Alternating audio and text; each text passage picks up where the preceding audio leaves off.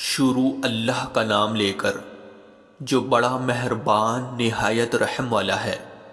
یاسین، حکمت بھرے قرآن کی قسم، تم یقیناً پیغمبروں میں سے ہو، بالکل سیدھے راستے پر۔ یہ قرآن اس ذات کی طرف سے اتارا جا رہا ہے جس کا اقتدار بھی کامل ہے، جس کی رحمت بھی کامل، تاکہ تم ان لوگوں کو خبردار کرو جن کے باپ داداؤں کو پہلے خبردار نہیں کیا گیا تھا، اس لیے وہ غفلت میں پڑے ہوئے ہیں۔ حقیقت یہ ہے کہ ان میں سے اکثر لوگوں کے بارے میں بات پوری ہو چکی ہے، اس لیے وہ ایمان نہیں لاتے۔ ہم نے ان کے گلوں میں توق ڈال رکھے ہیں جو ٹھوڑیوں تک پہنچے ہوئے ہیں، اور اس وجہ سے ان کے سر اوپر کو اٹھے رہ گئے ہیں، اور ہم نے ایک آڑ ان کے آگے کھڑی کر دی ہے اور ایک آڑ ان کے پیچھے کھڑی کر دی ہے، اور اس طرح انہیں ہر طرف سے ڈھانک لیا ہے، جس کے نتیجے میں انہیں کچھ سجائی نہیں دیتا۔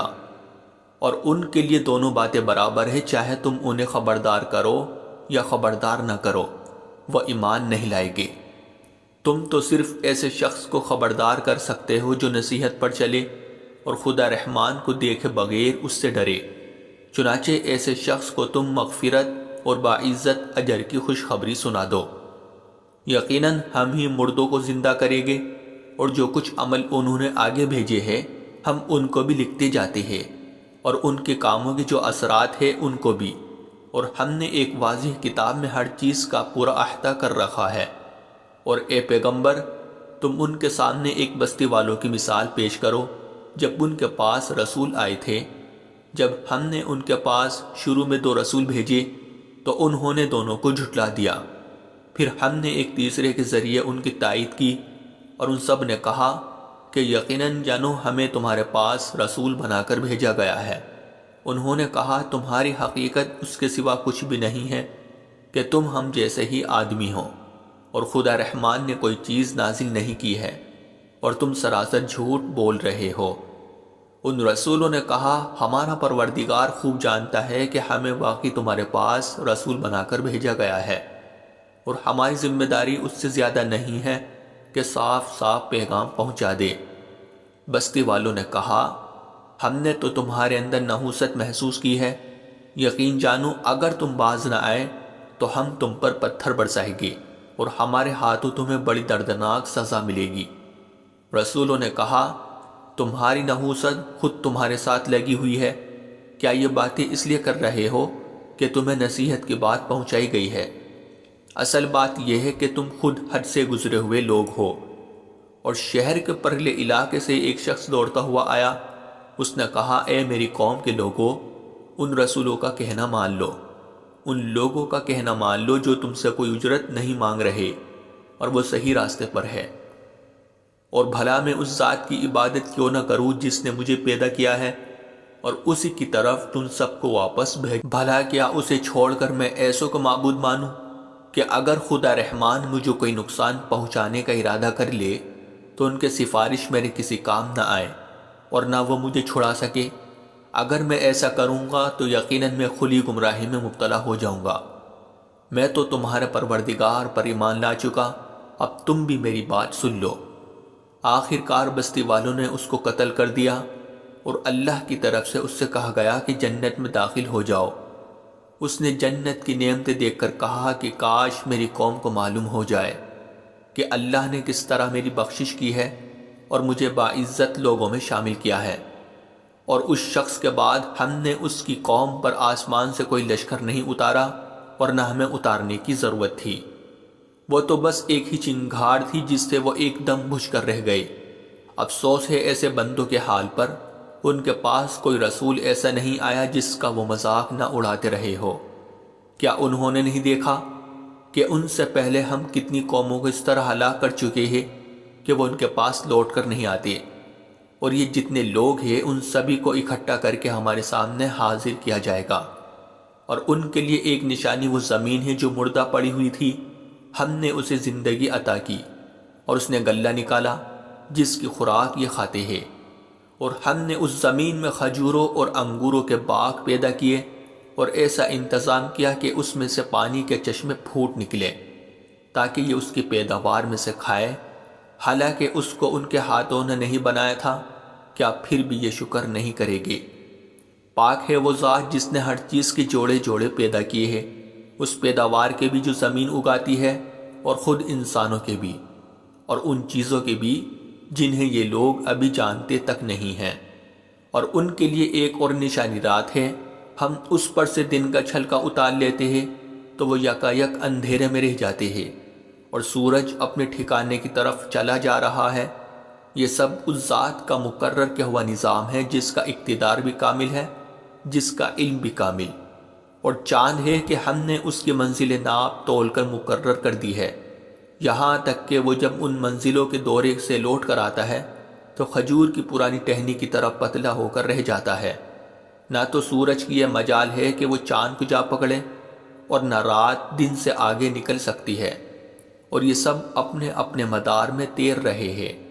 اور ان کے لیے ایک اور نشانی یہ ہے کہ ہم نے ان کی اولاد کو بھری ہوئی کشت میں سوار کیا، اور ہم نے ان کے لیے اسی جیسی اور چیزیں بھی پیدا کی جن پر یہ سواری کرتے ہیں، اور اگر ہم چاہیں تو انہیں غرق کر ڈالیں، جس کے بعد نہ تو کوئی ان کی فریاد کو پہنچے اور نہ ان کی جان بچائی جا سکے۔ لیکن یہ سب ہماری طرف سے ایک رحمت ہے، اور ایک معین وقت تک زندگی کا مزہ اٹھانے کا موقع ہے جو انہیں دیا جا رہا ہے۔ اور جب ان سے کہا جاتا ہے کہ بچو اس عذاب سے جو تمہارے سامنے ہیں اور جو تمہارے مرنے کے بعد آئے گا تاکہ تم پر رحم کیا جائے، تو وہ ذرا کان نہیں دھرتے، اور ان کے پروردگار کی نشانیوں میں سے کوئی نشانی ایسی نہیں آتی جس سے وہ منہ نہ موڑ لیتے ہو۔ اور جب ان سے کہا جاتا ہے کہ اللہ نے تمہیں جو رزق دیا ہے اس میں سے غریبوں پر بھی خرچ کرو، تو یہ کافی لوگ مسلمانوں سے کہتے ہیں کہ کیا ہم ان لوگوں کو کھانا کھلائے جنہیں اگر اللہ چاہتا تو خود کھلا دیتا؟ مسلمانوں، تمہاری حقیقت اس کے سوا کچھ بھی نہیں کہ تم کھلی گمراہی میں پڑے ہوئے ہو۔ اور کہتے ہیں کہ یہ قیامت کا وعدہ کب پورا ہوگا؟ مسلمانوں بتاؤ اگر تم سچے ہو۔ دراصل یہ لوگ بس ایک چنگھاڑ کا انتظار کر رہے ہیں جو ان کی اجت بازی کے عین درمیان انہیں آ پکڑے گی، پھر نہ یہ کوئی وصیت کر سکے گی اور نہ اپنے گھر والوں کے پاس لوٹ کر جا سکے گی۔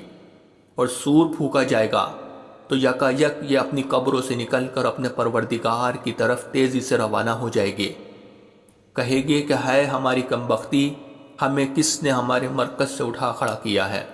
جواب ملے گا کہ یہ وہی چیز ہے جس کا خدا رحمان نے وعدہ کیا تھا اور پیغمبروں نے سچی بات کہی تھی، اور کچھ نہیں، بس ایک زور کی آواز ہوگی جس کے بعد یہ سب کے سب ہمارے سامنے حاضر کر دیے جائیں گے۔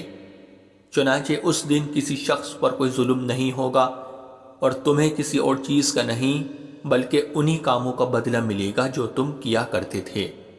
جنت والے لوگ اس دن یقیناً اپنے مشغلے میں مگن ہوگے، اور وہ ان کی بیویاں گھنے سایوں میں آرام دانشتوں پر ٹیک لگائے ہوئے ہوگے۔ وہاں ان کے لیے میوے ہوگے اور انہیں ہر وہ چیز ملے گی جو وہ منگوائے گے۔ رحمت والے پروردگار کی طرف سے انہیں سلام کہا جائے گا، اور کافروں سے کہا جائے گا کہ اے مجرموں، آج تم مومنوں سے الگ ہو جاؤ۔ اے آدم کے بیٹو، کیا میں نے تمہیں تاکید نہیں کر دی تھی کہ تم شیطان کی عبادت نہ کرنا؟ وہ تمہارا کھلا دشمن ہے، اور یہ کہ تم میری عبادت کرنا، یہی سیدھا راستہ ہے۔ اور حقیقت یہ ہے کہ شیطان نے تم میں سے ایک بڑی خلقت کو گمراہ کر ڈالا، تو کیا تم سمجھتے نہیں تھے؟ یہ ہے وہ جہنم جس سے تمہیں ڈرایا جاتا تھا، آج اس میں داخل ہو جاؤ کیونکہ تم کفر کیا کرتے تھے۔ آج کے دن ہم ان کے منہ پر مہر لگا دیں گے، اور ان کے ہاتھ ہم سے بات کریں گے، اور ان کے پاؤں گواہی دیں گے کہ وہ کیا کمائی کیا کرتے تھے۔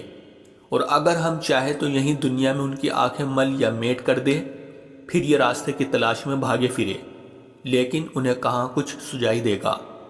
اور اگر ہم چاہیں تو ان کی اپنی جگہ پر بیٹھے بیٹھے ان کی صورتیں اس طرح مسخ کر دے کہ یہ نہ آگے بڑھ سکے۔ اور ہم جس شخص کو لمبی عمر دیتے ہیں اسے تخلیقی اعتبار سے الٹ ہی دیتے ہیں، کیا پھر بھی انہیں عقل نہیں آتی؟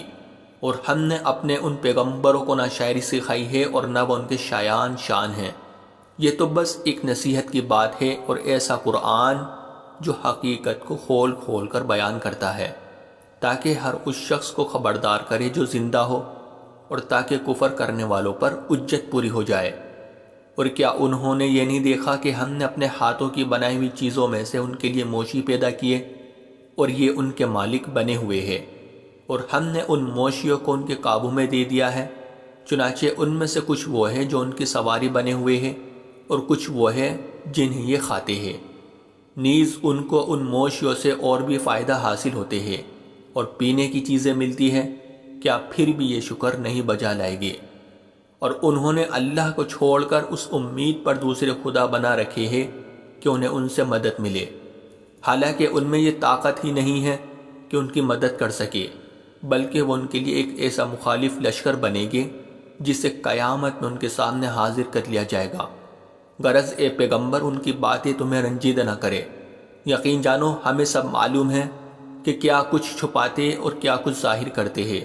اور کیا انسان نے یہ نہیں دیکھا کہ ہم نے اسے نطفے سے پیدا کیا تھا، پھر اچانک وہ خلم کھلا جھگڑا کرنے والا بنا۔ ہمارے بارے میں تو وہ باتیں بناتا ہے اور خود اپنی پیدائش کو بھلا بیٹھا ہے، کہتا ہے کہ ان ہڈیوں کو کون زندگی دے گا جبکہ وہ گل چکی ہوگی۔